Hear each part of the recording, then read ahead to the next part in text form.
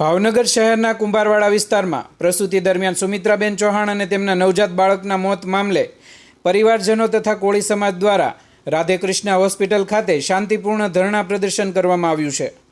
ઘટનાને 6 દિવસો વીતી ગયા હોવા છતાં પરિવાર દ્વારા હજુ સુધી મૃતદેહ સ્વીકારવામાં આવ્યો નથી। પરિવારજનોનું કહેવું છે કે જ્યાં સુધી સમગ્ર મામલે પોલીસ ફરિયાદ નોંધવામાં નહીં આવે અને યોગ્ય તપાસ શરૂ કરવામાં નહીં આવે ત્યાં સુધી મૃતદેહ સ્વીકારવામાં આવશે નહીં।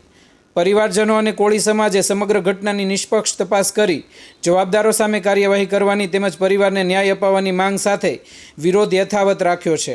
હવે પોલીસ અને તંત્ર દ્વારા આ મામલે શું કાર્યવાહી કરવામાં આવે છે તેના પર સૌની નજર છે।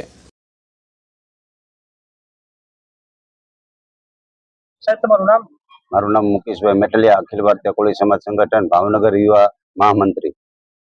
છેલ્લા 6 દિવસથી આપનું વિરોધ પ્રદર્શન ચાલુ છે અને ગઈકાલે તમે આ જગ્યાએ હોસ્પિટલની બહાર જ બેઠા હતા અને આજે ત્યાં જ બેઠા છો। શું તમને હજી સુધી ન્યાય નથી મળ્યો?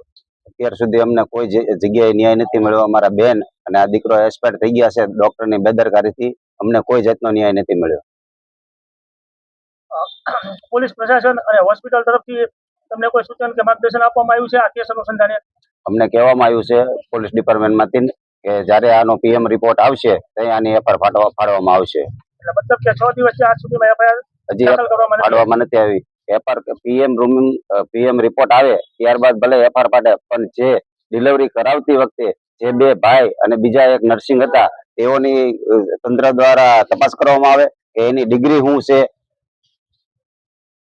તમને કેમ લાગે છે કે તે સેટિસ્ફાઈડ ડોક્ટર નહીં હોય એમ? અમને ખ્યાલ નથી, પણ જે પોલીસ તંત્ર તપાસ કરે એની પરથી ખ્યાલ આવે। અને હોસ્પિટલ તરફથી તમને શું કહેવામાં આવે છે?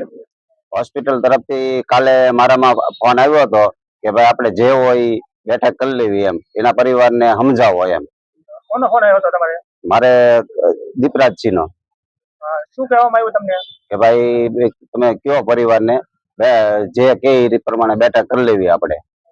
પૈસાની ઓફર કરવામાં આવી કે ધાક ધમકી દેવામાં આવી? નહીં, પૈસાની ઓફર કરવામાં આવી હતી। મારા ઘરે પણ આવ્યા હતા। અમે ગીતાબેન ને બધા એના પરિવારજનોને બોલાવ્યા, એના પરિવારજનોને મળવા આવ્યા હતા।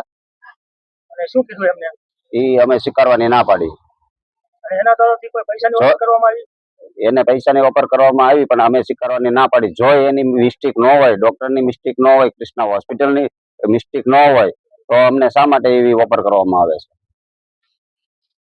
અચ્છા, આપને કોઈ શંકા છે કે પ્રતિષ્ઠિત ડોક્ટર છે કે નહીં? હા, શંકા છે કે ડોક્ટર છે કે નહીં। અને બીજું, અમે ગઈકાલના અહીંયા બેઠા છીએ, કાલે પણ આવ્યા હતા અને આજે પણ આવ્યા છીએ।